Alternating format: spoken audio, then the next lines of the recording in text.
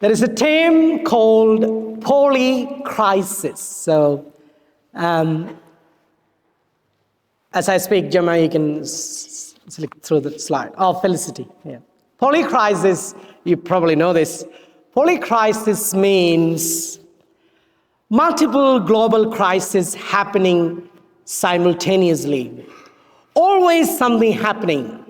If we can think back to your childhood, my childhood, TV was coming in. We were allowed to watch the news maybe every day in the evening. Sometimes we were allowed to watch the news only on weekends. So we don't get to hear about what is happening in the world. I mean, the Iraq war happened 20 years ago, and we came to know because it was such a big thing. And we don't hear about anything else unless it is really massive and the catastrophe is very high, you will hear about it. Polycrisis means our young people, especially our Generation Alpha, and the Generation Alpha is all those who are doing children's liturgy are Generation Alpha, all those who are born after 2010. So for them, it's always happening. As soon as a missile hit, say, some part of Africa, they know about it. As soon as something happening in America, or even as soon as something happened in Brisbane, within no time, it breaks the news. Because of the devices we have, Facebook and Snapchat and TikTok is the greatest platform for news. So we feel like we live in a world where it's always crisis. When we grew up, when I was growing up, a crisis is you hear about once in a while. But if you choose to listen to certain things on TikTok or Snapchat and social media, there is always some bad news happening all the time. Every second, every minute, every hour, it is breaking. And if we are using a couple of bad news, the algorithm in such a way give it to us bad news, bad news, bad news, bad news. It's like cat videos after cat videos. You can be quite melancholic and tragic by being in polycrisis. And this is sadly our Generation Alpha growing up with. They feel like the world is always something is happening and it is crisis that I have to manage. And because of this polycrisis, knowingly or unknowingly, our Generation Alpha, our young people have certain ways to deal with reality. And one way to deal with reality is this thing called brain rot. So brain rot is this. This is what they love to see. They have songs of brain rot, which doesn't make any sense. It's almost like if you're familiar with Pentecostal church, they have something called gift of tongue, even in the Catholic Church, where you speak in tongues, hashala mala mala mala. And these Gen Alpha, they love brain rot by singing songs which doesn't make any sense. It's just few words put together, and they keep singing it. And they are attracted to overstimulating images. Look at those images. It's a coffee cup head, a shark, a dolphin, and an elephant together with the tire behind it. Does it make sense? Well, that's what they want. It's overstimulation. Colors and figures and images and stories are all packed. It's so stimulating. That is called brain rot. It simply means it's not stupidity. It's just overstimulation. It's consuming absurd content and trying to be okay in the world which is so crisis oriented. And it's so difficult to deal with everything that is happening in the world, like climate change and war and all those political polarization, cultural wars. So young people are attracted to overstimulating their brain. And the next thing called absurd humor. And absurd humor is they become quite attracted to humor which is extremely absurd, not the conventional comedy or humor. So one example is called Skibidi Toilet, and you'll be like, what is it? Skibidi Toilet is a figurine. They are attracted to these YouTube videos, got millions of followers. What is it? The Skibidi Toilet is a talking head coming out of a toilet and talk to them about big things and silly things. They can talk about death, life, or moral issues, philosophical issues. And now Gen Alpha, our young people are so loving Skibidi Toilet, because when something like this teaches them about real hard stuff, they can take it.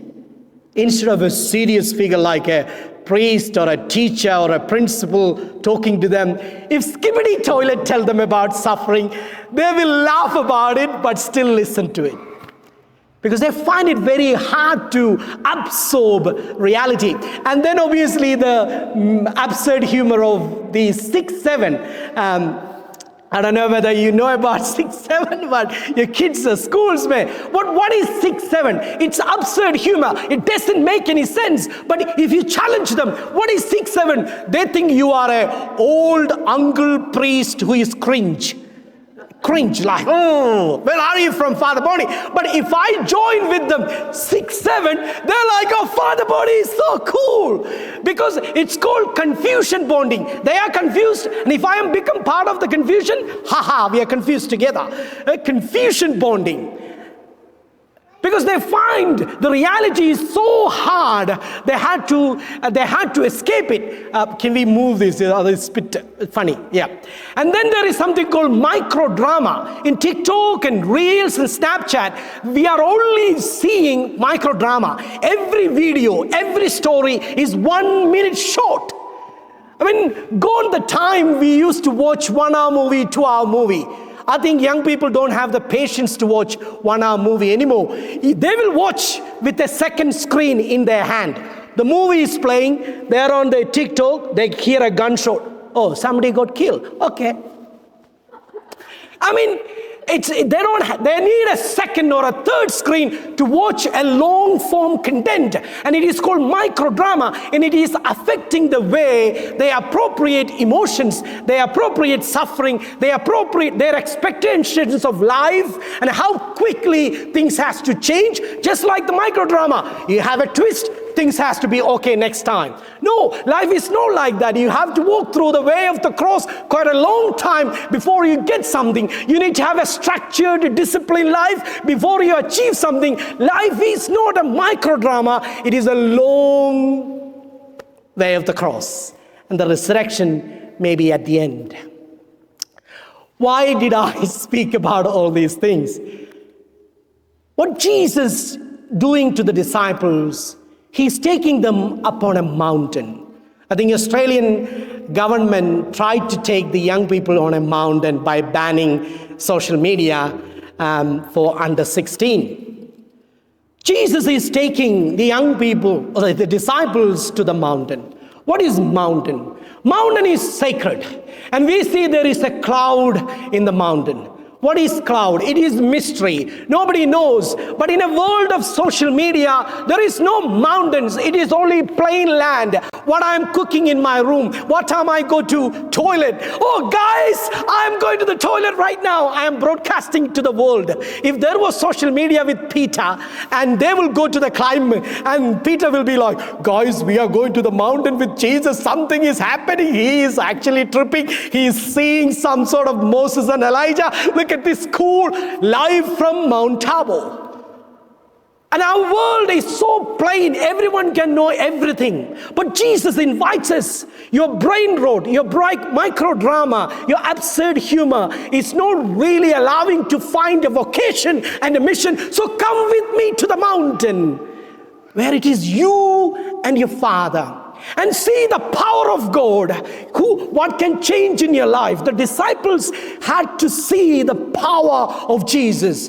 How Jesus is the fulfillment of the law, and Jesus is the fulfillment of the Spirit. What does it mean, fulfillment of the law? How, when I align my life to a structured discipline, a moral code, following someone, and what is Spirit? My creativity, my imagination. When I allow to have a structure and a discipline, someone guiding me, but at the same time, my whole psyche is soaked in the Spirit that is so creative and imaginative. I have a life, I have a vocation, I have a mission. And the disciples are so excited to see what can they become in seeing Jesus. And Jesus says, come down with me to the mountain One of the struggles of our Gen Alpha is their low resilience in life. They're so attracted to microdrama, so attracted to all these sensitive things, POLYCRISIS. They become so weak to face life. Because there is nothing to tell them that they are resilient. Life is hard, but God has a glorified Son, Jesus, who can give you a structure, but His Spirit will give you animation to survive in this world. You can face the mountain and then go down to face the valley, go through the valley, the sufferings, and still face the challenges, because there is a God to whom you can listen, who can guide you. And when all this drama finishes on the mountain, we read in the gospel, there is only Jesus. And they heard a voice, listen to Him. That is why I become so passionate about young people. I don't want them to come to church. I don't want them to come to a youth group. But I would want them to know Christ, what He can give them. Especially in a world that make them so self-conscious, so sensitive, and break their low resilience quite low.